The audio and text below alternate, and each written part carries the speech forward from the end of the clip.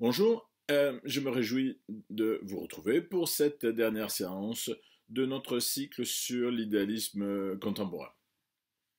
L'élucidation de l'être selon la puissance de l'idée ne se réduit pas à une thèse simplement théorique, elle engage également une pratique. Savoir la vérité du fini, c'est aussi savoir comment on doit s'y rapporter. Qu'est-ce donc qu'une éthique idéaliste? Quelle est la pratique de l'idée? N'est-elle pas seulement abstraite? Détermine-t-elle une action? Quelle réalité dans le monde modifie-t-elle? Qu'avons-nous appris en reconnaissant la priorité et la puissance du pensée pur? Qu'il n'y a pas qu'un seul rapport au fini qui serait, qui de fait est, d'abord et généralement, d'y consentir, de l'aimer. Il y a deux rapports au fini, tel est le principe même de la libération. Nous pouvons ne plus y consentir. Première libération, simplement, puisque par elle, nous cessons de croire qu'il serait inéluctable d'y adhérer. Mais cela n'est qu'en reconnaissant son véritable statut, en mettant fin à l'aveuglement de la croyance réaliste initiale. Nous avons abondamment développé cette critique. La réfutation ou le refus direct de l'aristotélisme et de toute forme de néo-aristotélisme nous libère de la croyance à la nature qui impose l'adhésion, le seul rapport affirmatif au fini. En son abolition s'ouvre une éthique radicalement différente. Il est vrai, elle est d'abord paradoxale. C'est celle en laquelle nous pouvons enfin être fidèles à la puissance de l'idée. Qu'est-ce que bien agir? Quel est le critère du bien et de la bonne action? Comment reconnaître ce critère? Qu'est-ce qui juge une action comme bonne? Quel est donc le principe du bien? Quels en sont les effets? L'action bonne est celle qui change celui qui agit. Jusqu'où le modifie-t-elle? N'est bonne, me semble-t-il, que cette action qui le libère, c'est-à-dire qui le conduit à être véritablement, donc à être enfin, selon l'idée. N'est bonne que l'action qui permet et qui délivre la puissance du pensée de tout ce qui l'entrave initialement, ce qui nous tourne vers le pensée pur. Nous sommes cependant d'abord celui qui se complaît dans sa différence, dans sa séparation ou dans son extériorité à l'égard du bien.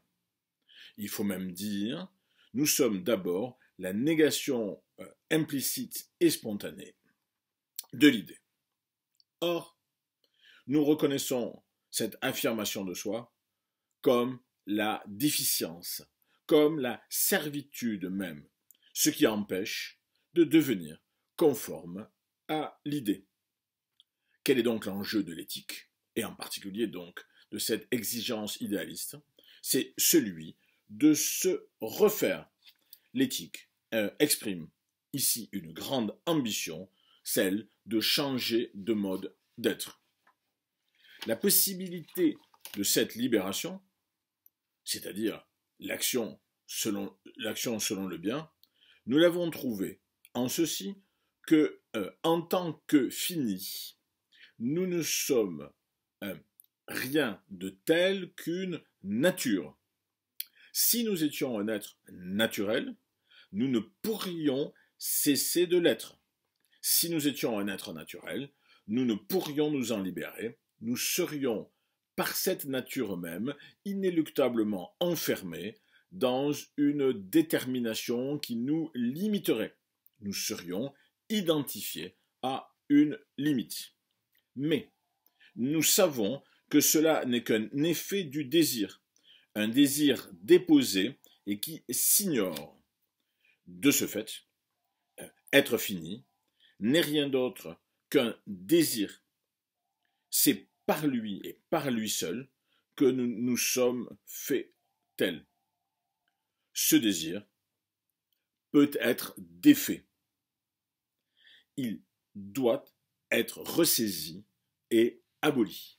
C'est là l'exigence véritablement libératrice. Il ne s'agit pas de rester le même et d'agir autrement. Il s'agit de se libérer de celui que nous nous découvrons être d'abord. La pratique idéaliste aspire à nous conduire à notre véritable identité. Son œuvre ne nous est pas extérieure, elle ne porte sur rien d'autre d'abord que sur nous, elle entend nous refaire. Plus précisément, nous aspirons à changer notre mode d'expérience. Nous savons ne pas nous réduire au fini, nous aspirons maintenant à nous en libérer. On comprend l'enjeu et peut-être même l'inquiétude et assurément la difficulté de cette aspiration. Qu'est-ce que ne plus être fini? En quoi ne plus être fini est-ce être ou devenir véritablement soi-même et non pas cesser d'être et non pas se supprimer? Comment donc est-il possible de ne plus être fini? Que faire? Ou plus précisément, que défaire pour le réflexif est ici décisif, pour se libérer de soi fini? Encore autrement demandé, comment abolir le désir du fini? Car c'est bien sur lui qu'il faut agir, c'est bien de lui qu'il faut se déprendre, c'est bien cela, renoncer à désirer le fini, qui nous libérera pour le bien. N'est assuré ici qu'une espérance, une exigence, une ambition, mais on en comprend surtout ces premiers mots, on en comprend surtout la difficulté, le paradoxe bien sûr, mais la difficulté. Comment reconnaître, nous reconnaître responsables de notre être fini, c'est-à-dire comment reconnaître un désir qui, si assurément il est en nous, n'est pas conscient, n'œuvre que dans l'implicite et le plus souvent n'œuvre que dissimulé. Comment donc parvenir à comprendre et à ressaisir que si nous sommes finis, c'est parce qu'il y a en nous un désir de l'être, mais dont nous ne savons pas être à l'origine. Qui donc, par ce refus, à quoi donc, par ce refus, renonçons-nous? À quoi? À nous-mêmes en tant que finis. Mais qui aspirons-nous à être véritablement? Qui deviendrons-nous dans et par cet abandon? Celui que nous sommes originairement, c'est-à-dire celui qui s'identifie dans la plénitude de l'exercice de la pensée comme immensité de la vie intelligible. À quelles conditions donc faire enfin l'expérience de l'immensité effective? Pour le reformuler encore autrement, pour défaire autant qu'il est possible toute inquiétude préalable qui entraverait la démarche, qui sera celui qui se libère de toute restriction et s'affirme en cette immensité?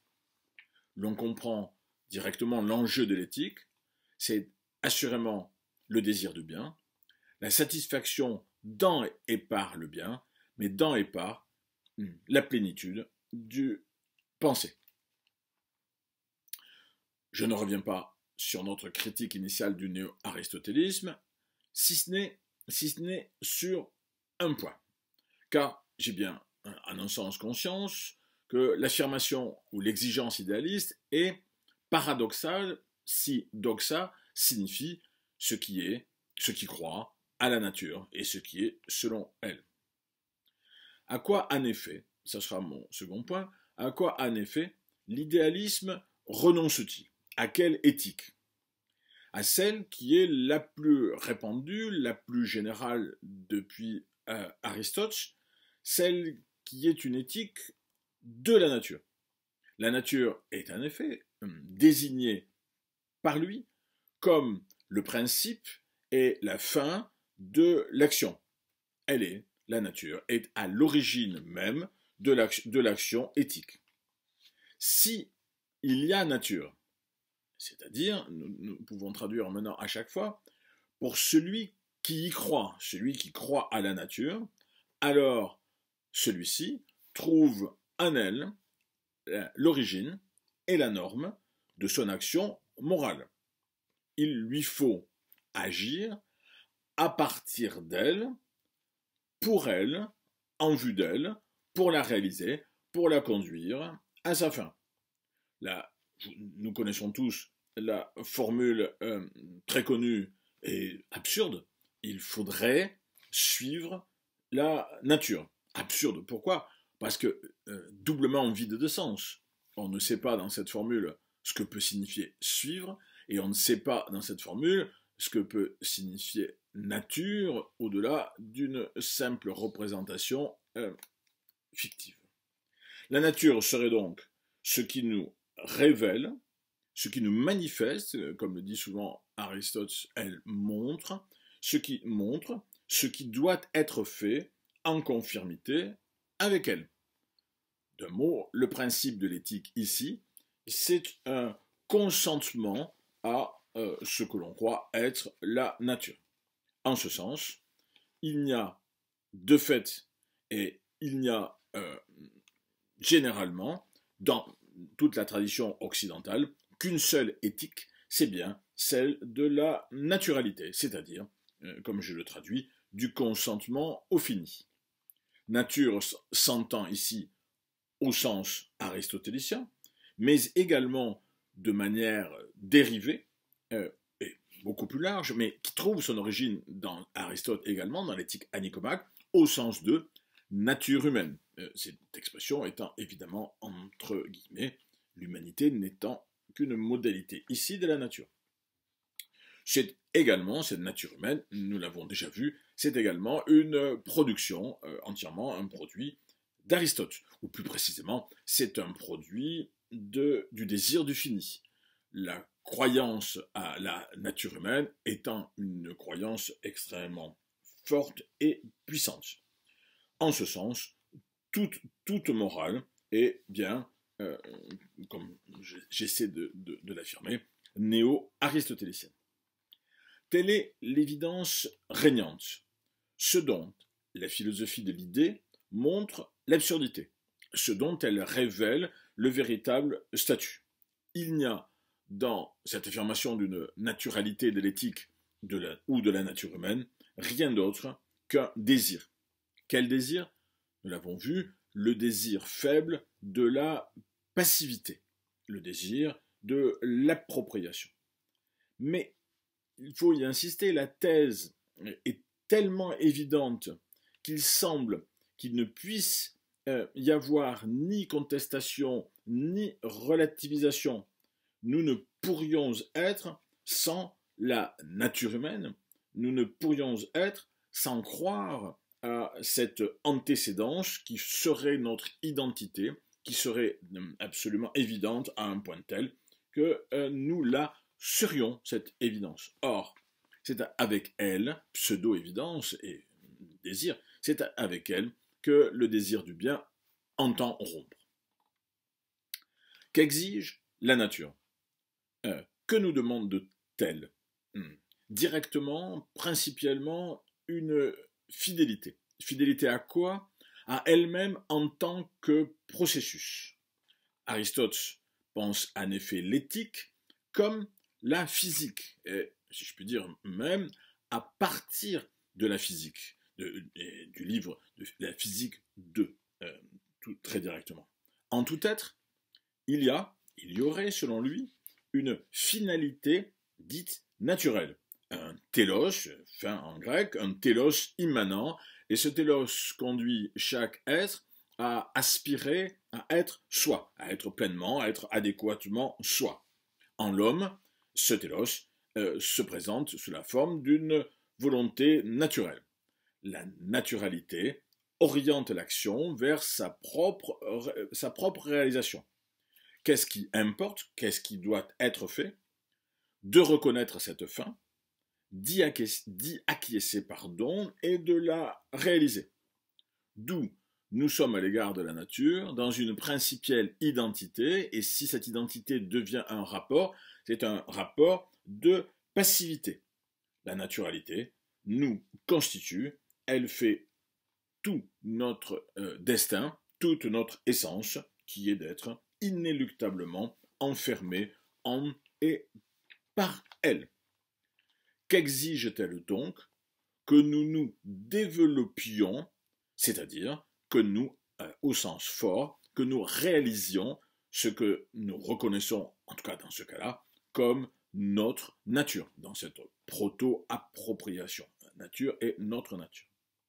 Pour cela, un effort éthique, un exercice éthique est nécessaire, et cet effort devient une opération de production.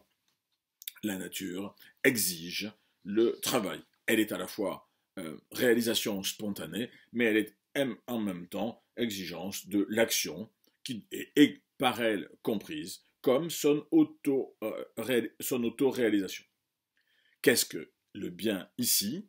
Ce n'est rien d'autre que la pleine actualisation de la nature, sa propre production, c'est-à-dire la réalisation d'une situation, d'un état, dans lequel elle peut s'affirmer et jouir de soi. Cette réalisation est, on le comprend, tout ensemble spontané. Personne, du point de vue d'Aristote, ne la veut, n'en décide, ne la choisit. Il n'y a pas de contingence originaire, ni de puissance première. Mais elle est à la fois spontanée et ne l'est pas du moins en l'homme, et même dans toute réalité sublunaire au fini, elle ne l'est pas pleinement. Elle peut, localement, en tel ou tel individu, ne pas advenir cette fin à elle-même. Le processus de la réalisation de la nature peut être, sa finalité, peut être empêché, des obstacles, ou même pire, ce processus peut être trahi. L'un, l'autre peut s'y refuser. C'est-à-dire qu'un individu peut se refuser à se conformer à sa propre naturalité. Il peut refuser l'appropriation. Nous pourrions nous demander qui est ce méchant du point de vue de la nature. Par qui, dans la nature, le mal advient-il? Qui s'y oppose ou qui s'y refuse? Je ne prendrai qu'un seul exemple, mais il est peut-être le plus fidèlement aristotélicien, bien que à distance chronologique. Vous pouvez le lire dans le texte de Hegel, le texte de Genèse de Hegel, sur l'esprit du christianisme. Ce méchant, aux yeux de Hegel, c'est le Christ. Qui est-il? Très simplement dit, non seulement fils de Dieu, mais celui qui, en l'humanité, refuse précisément d'être homme, refuse la naturalité, laquelle, Hegel y insiste, il refuse le mariage et il refuse l'appropriation personnelle, le plus inhumain. Qui devient-il par ce refus? Il devient vide de nature, infidèle ou trahissant sa propre nature, il devient abstrait. Plus qu'abstrait, il devient une abstraction. Que lui advient-il donc dans cette non-acceptation de la nature? Eh bien, sa disparition. le monde se défait de lui, sa mort. Sans la naturalité, sans la reconnaissance de la nature, il n'y a pas d'être, mais simplement la vacuité. Qu'est cette éthique?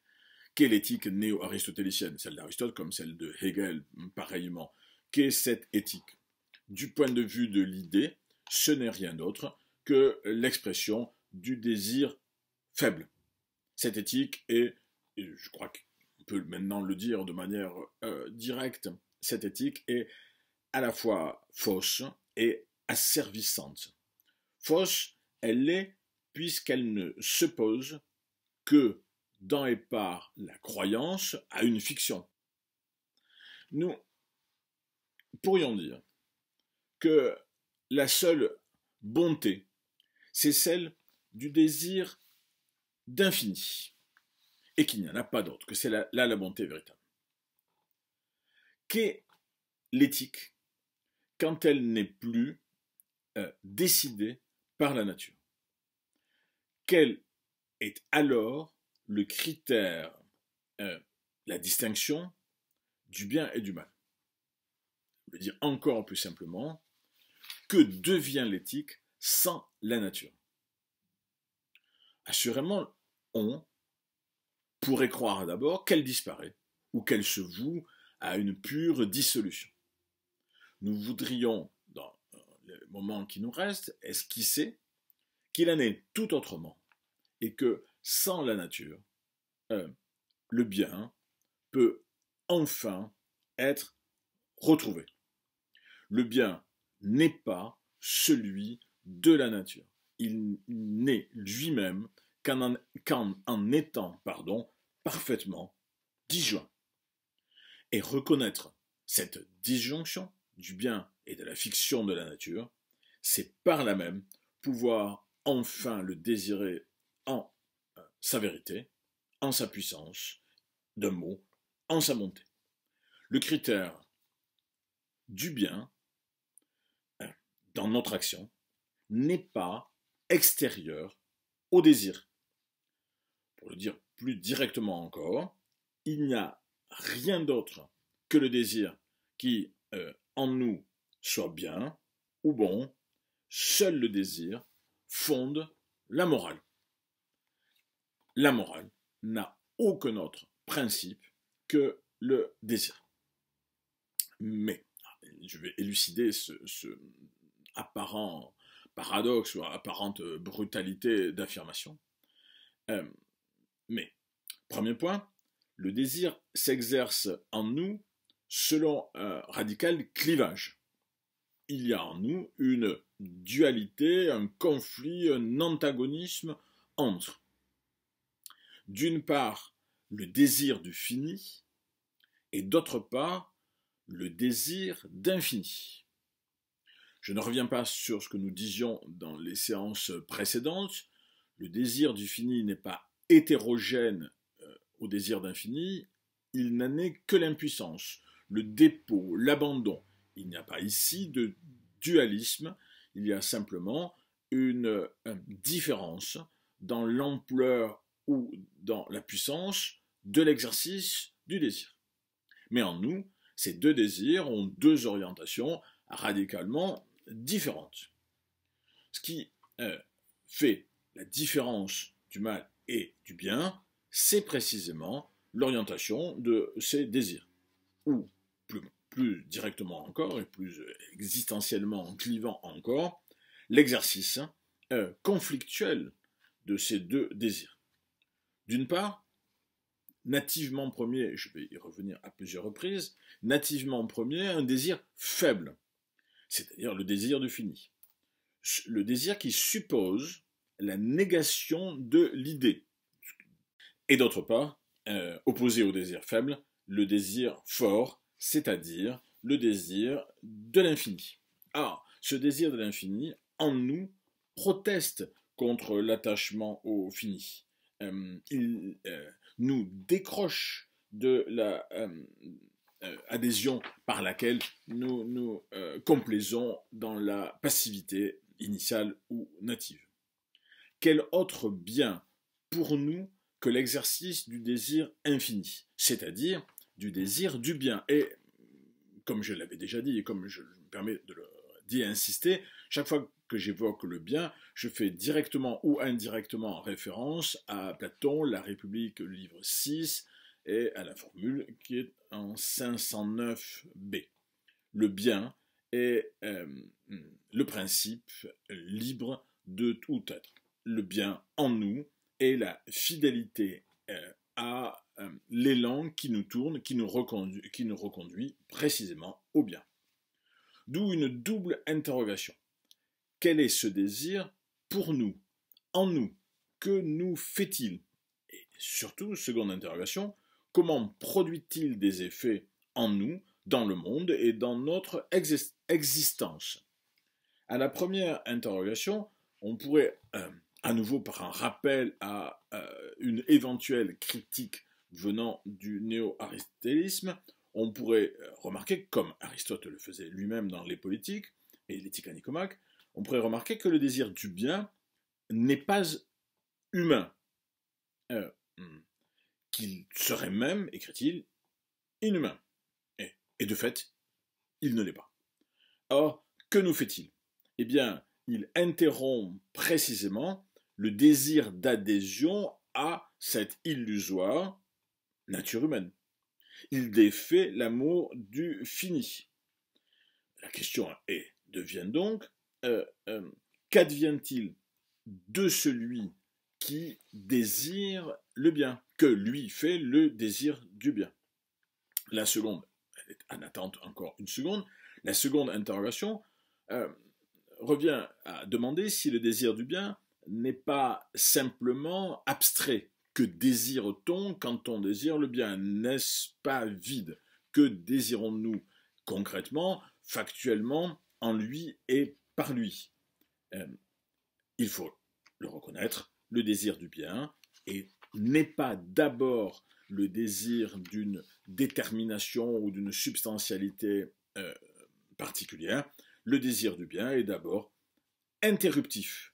Il est en nous un refus. C'est un désir de ne pas consentir, de ne pas s'arrêter, de ne pas se limiter, de ne pas se complaire. Assurément, tel est son premier effet sur le monde. Le désir du bien œuvre en nous et par nous, non à faire, mais à défaire. Et défaire, cela est la pratique propre du bien. Il opère, si je puis dire, en nous, comme une principielle contestation de la finitisation. Le désir du bien nous délivre de ne plus nous enfermer dans la particularité. En un sens, il y a, me semble-t-il, une principielle identité entre le désir du bien et le désir d'excès. Dans son au-delà de l'être ou dans son statut de libre, il est la source et l'origine, et il produit tout excès en nous.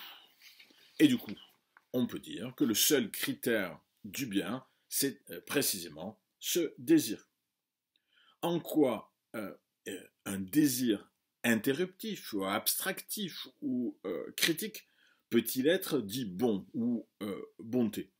En quoi est-ce à partir de lui que l'on peut reconnaître le mal auquel on entend échapper? En ceci que ce n'est que par lui seul que l'on peut sortir, et la reconnaissance de la puissance de l'idée, que l'on peut sortir de l'aveuglement et plus encore nommer notre natif amour du fini comme le mal. D'où le bien est en nous la principale, peut-être même la seule révolution. Agir selon la nature, c'est cela le mal, et il faut en prendre conscience. Tout ce qui est passivisant, tout ce qui est finitisant, tout ce qui nous fait consentir à la limite, doit être nommé et dénoncé et jugé comme le mal. Mais, à nouveau, c'est là le paradoxe, c'est là le plus inaperçu. Consentir à n'être qu'un particulier, s'y réduire, s'y complaire, consentir à être soi en tant que fini, c'est bien là la servitude. Le mal n'est rien d'autre que de ne pas désirer le bien. Or, nous l'avons dit un peu plus haut, il y a un rapport strictement disjonctif entre le désir du fini et précisément l'opposition, le refus même, bien qu'il soit d'abord implicite et irréfléchi, ne pas désirer le fini, ne pas désirer se délivrer du fini, c'est cela, je le dis en sens inverse, ne pas désirer le bien, ne pas aspirer à se défaire de notre natif désir de soi, c'est bien la forme par excellence du mal. Le mal, c'est l'amour du fini, un désir qui est celui de nous confirmer dans notre identification spontanée. Amour de l'impuissance, amour de la servitude, tout ce qui arrête le désir dans la particularité, tout ce qui empêche d'aspirer à son excès. La thèse, nous le reconnaissons, est plus que paradoxale.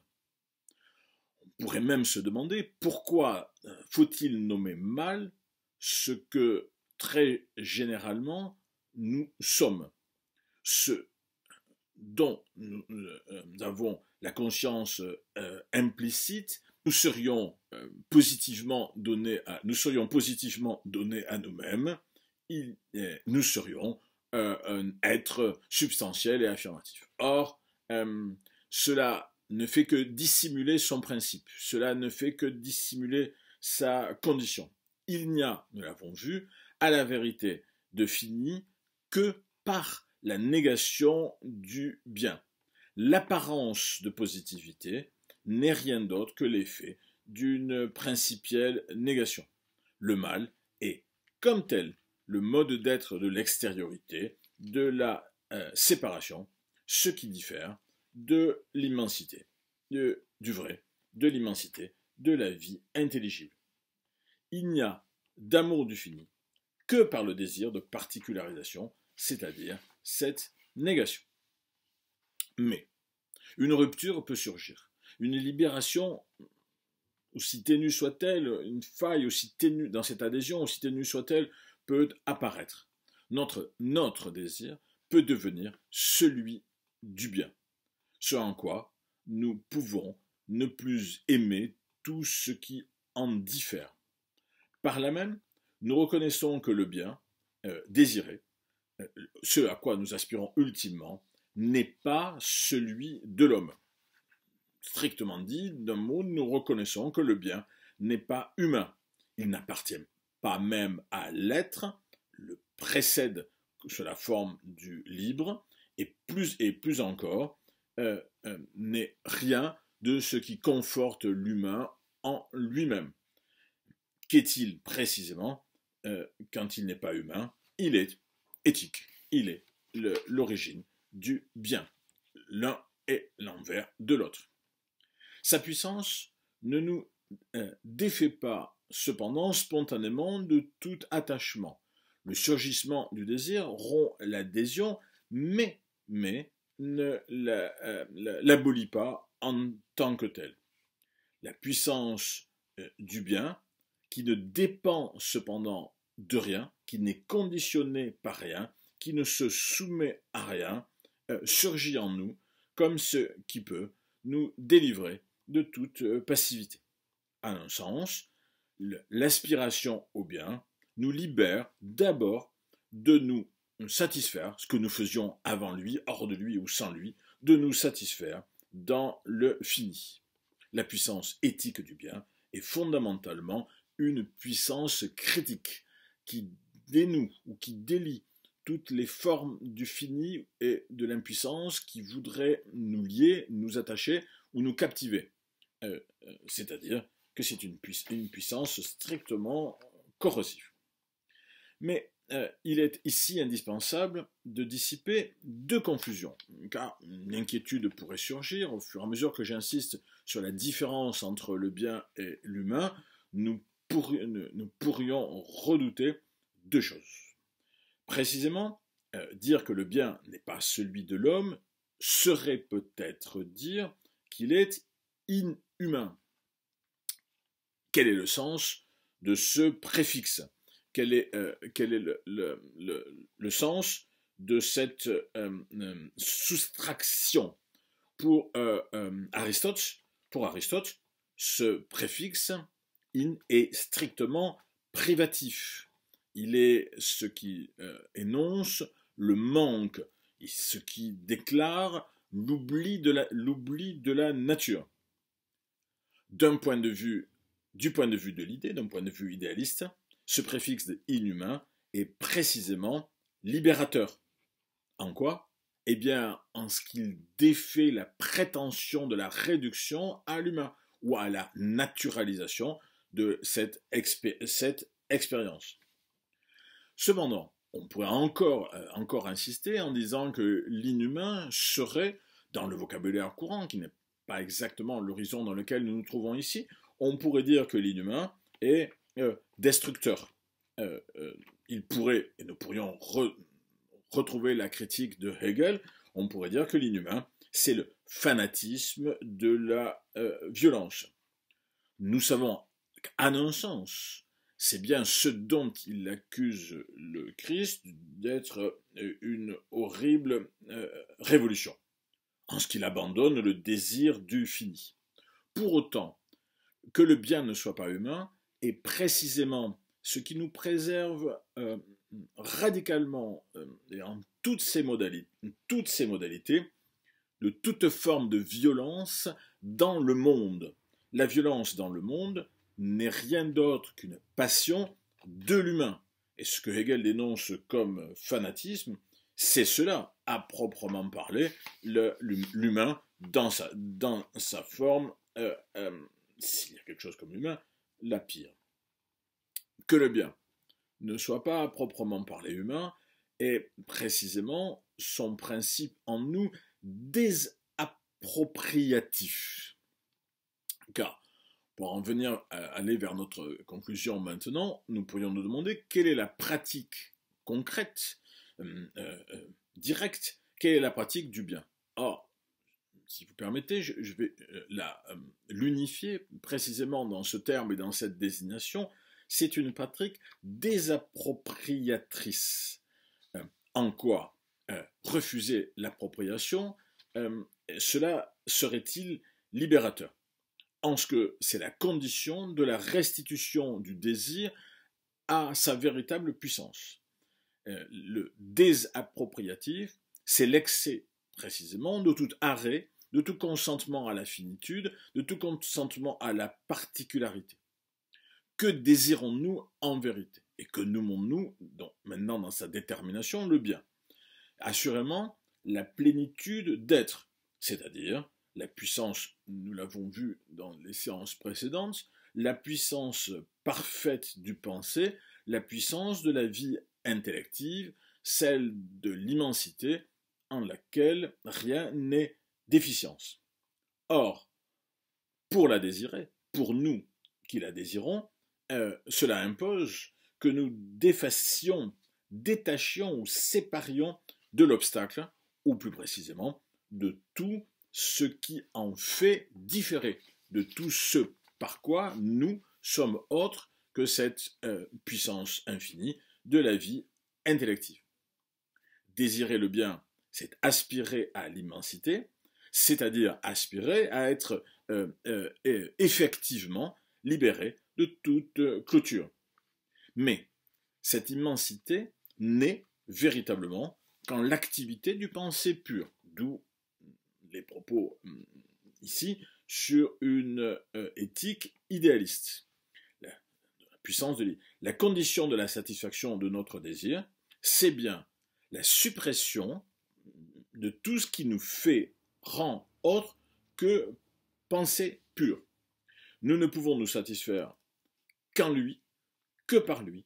Nous ne pouvons nous satisfaire qu'en cessant de demeurer autre que cette plénitude. Mais de fait, nativement, initialement, spontanément, c'est être fini que nous désirons. Cela est notre désir de fait, nous le savons, seulement de fait. Or, ce désir appropriatif nous enferme. Ce désir appropriatif est un désir carcéral. C'est donc bien lui qu'il faut abandonner. La pratique du bien consiste, très directement dit, à ne plus s'identifier au désir du fini. Pour le dire de manière, me semble-t-il, la plus directe, le bien exige de nous que nous cessions de nous vouloir fini. La pratique du bien, c'est donc une radicale, rigoureuse et constante désidentification. Mais, à nouveau, nous pourrions dire, ne sommes-nous pas un, entre guillemets, être fini, ou une nature? Le désir de fini, ne sommes-nous pas par lui? N'est-ce pas notre ancienne croyance qui revient là, notre plus forte et enracinée crédulité? Car nous savons que ce désir, nous le sommes sans l'être véritablement. Il ne constitue pas notre identité effective. Et nous avions, dans la précédente séance, posé à un sens le principe qui est à l'œuvre ici et qui est le principe qui fonde l'éthique et qui légitime cette exigence, la dualité de nos identités. Nous savons maintenant que le fini, ce que nous nommons être fini, qui est le fait de désirer être fini, n'est qu'une de nos deux identités, une identité que nous pouvons, que nous devons abolir. La cohérence de notre aspiration se trouve bien ici. Ce que, de fait, nous sommes, nous ne voulons plus le demeurer. Le désir éthique est donc celui de l'abolition de soi, c'est-à-dire de soi en tant que fini. Il ne s'agit pas, j'insiste, et je suis désolé parfois de me répéter, mais l'affaire est un peu difficile et paradoxale, il ne s'agit pas de défaire un être, mais d'abolir une manière d'être soi, d'abolir une identité qui n'est qu'une identité secondaire, relative, restrictive. Donc, il importe de défaire ce par quoi nous nous posons et demeurons extérieurs à la vie intellective pure. C'est-à-dire qu'il nous faut que nous cessions de nous confondre avec le fini. L'abolition de ce moi est bien une désappropriation. Le paradoxe est ainsi résolu. Ce qui pouvait paraître inquiétant ou aliénant, le désir du bien, est à la vérité la seule libération. Toute autre action prétendument libératrice, toute autre action prétendument bonne ou juste, suppose le consentement au fini, c'est-à-dire suppose le mal, ce qui la rend absurde et déficiente. Il nous faut défaire ce par quoi nous nous exilons de la totalité. Ce n'est qu'en elle que nous serons pleinement nous-mêmes, sans être enfermés, sans être emprisonnés dans une individualité séparatrice. Ce n'est qu'en elle que nous ferons l'expérience véritable de l'immensité. On le comprend, l'éthique de l'idée, et de la puissance du désir, s'ouvre ici comme un processus. Que nous sachions maintenant le désir du bien, seul libérateur et juste, ne change pas immédiatement et complètement notre situation. En fait, elle est bien à la fois bouleversée, complètement changée, mais elle n'est pas ontologiquement modifiée. Le désir du bien ouvre et révèle en nous ce dont avant lui nous n'avions pas conscience. Il ouvre et révèle un conflit, le conflit que j'évoquais plus haut. Nous sommes un conflit de désir. Et la tâche de l'éthique est bien de résoudre ce conflit pour le bien. Nous nous découvrons donc dorénavant être celui qui, à la fois, nativement désire le fini, et cependant, dorénavant, ou dans la lumière et le désir de l'idée, ne le veut plus. Nous sommes dans ce clivage, nous sommes celui, je le dis en sens inverse, celui qui désire le bien, et en même temps celui qui, en se désirant, s'y oppose.